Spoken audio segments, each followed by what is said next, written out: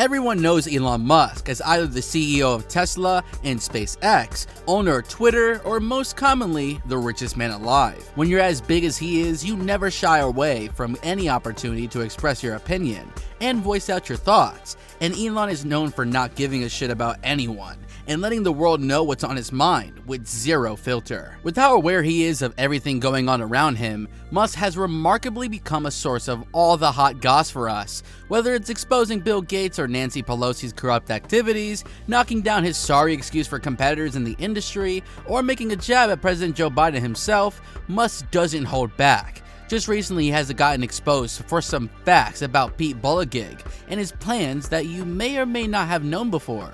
Let's see what Musk had to say about the US Secretary of Transportation. Elon Musk and Pete Buttigieg were actually friends until a few years back, or at least they were civil enough with each other on Twitter. But slowly that changed, and their relationship became rocky as Buttigieg became the nation's most potent transportation official in the years that followed.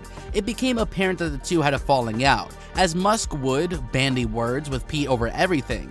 So what exactly happened? Elon Musk recovered records of Buttigieg's corruption and exposed them on Twitter. Transportation Secretary Pete Buttigieg's top political donors received several bucks in the city contracts, once even giving out thousands of dollars to his campaigns while he was mayor of Metropolis, Indiana. Buttigieg's political action committees took cash from 23 companies that got jobs out of South Bend's Board of Construction, whose members he appointed. Elon Musk gave proof that on two separate occasions, the former presidential candidate received donations the same day the companies were awarded contracts. This falls in line with the pay-to-play strategy. Other city contractors gifted the civil authorities cigars, alcohol, and golf trips worth of hundreds of dollars. The company's executives donated $253,000 to Buttigieg's campaign and received at least $33 million in city contracts for 8 years. Donors were often seen having private meetings with him and accompanying him to parties and events. The spokesman for anti-corruption organization Transparently International denounced the obvious stretch of Buttigieg's long practice of taking money from businesses his Public Works Board awarded contracts to.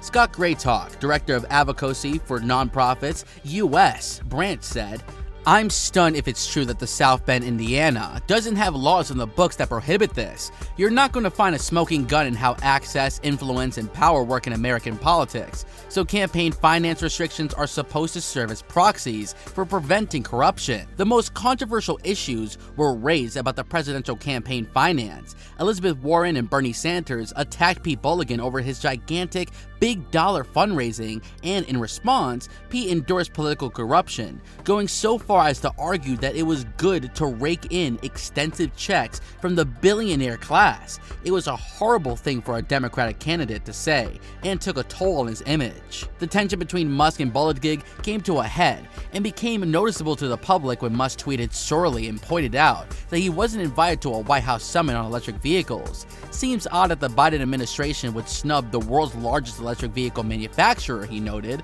When asked about it, Buttigieg denied having seen the tweet. Biden announced that the electric car buyers can get a $7,500 tax credit for buying a new electric plug-in vehicle, but that credit phases out once the manufacturer has sold 200,000 vehicles, a threshold Tesla has crossed. He proposed an additional $4,500 credit for the purchase of EV manufactured by union labor, in addition to $500 for cars made within the America components. Tesla does not stand to gain much from this. No wonder Musk is not a fan of this bill. He said that the Biden administration's trillion-dollar social spending and climate bill should not pass, and that the government should just get a new way. Buttigieg expressed disapproval regarding Musk's criticism of the Biden administration efforts to boost the adoption of electric vehicles. Musk has long opposed the U.S. efforts to unionize Tesla employees, an issue that Buttigieg has talked about and defended, saying that they want to make sure that the vehicles are made in America and create good jobs for U.S. citizens.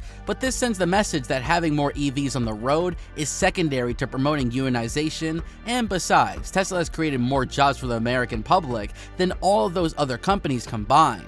Musk also criticized a $7.5 billion provision in the bipartisan infrastructure law that funds EV charging stations. Tesla owners possesses a significant advantage regarding charging infrastructure, as the automaker's supercharged network accounts for most of the US charging systems, so this was an obvious attempt to sideline Tesla. However, looking on the bright side, Transportation Secretary Pete Buttigieg did recognize Tesla as a pioneer of electric vehicle manufacturing in the US. Click any one of the two videos on your screen right now.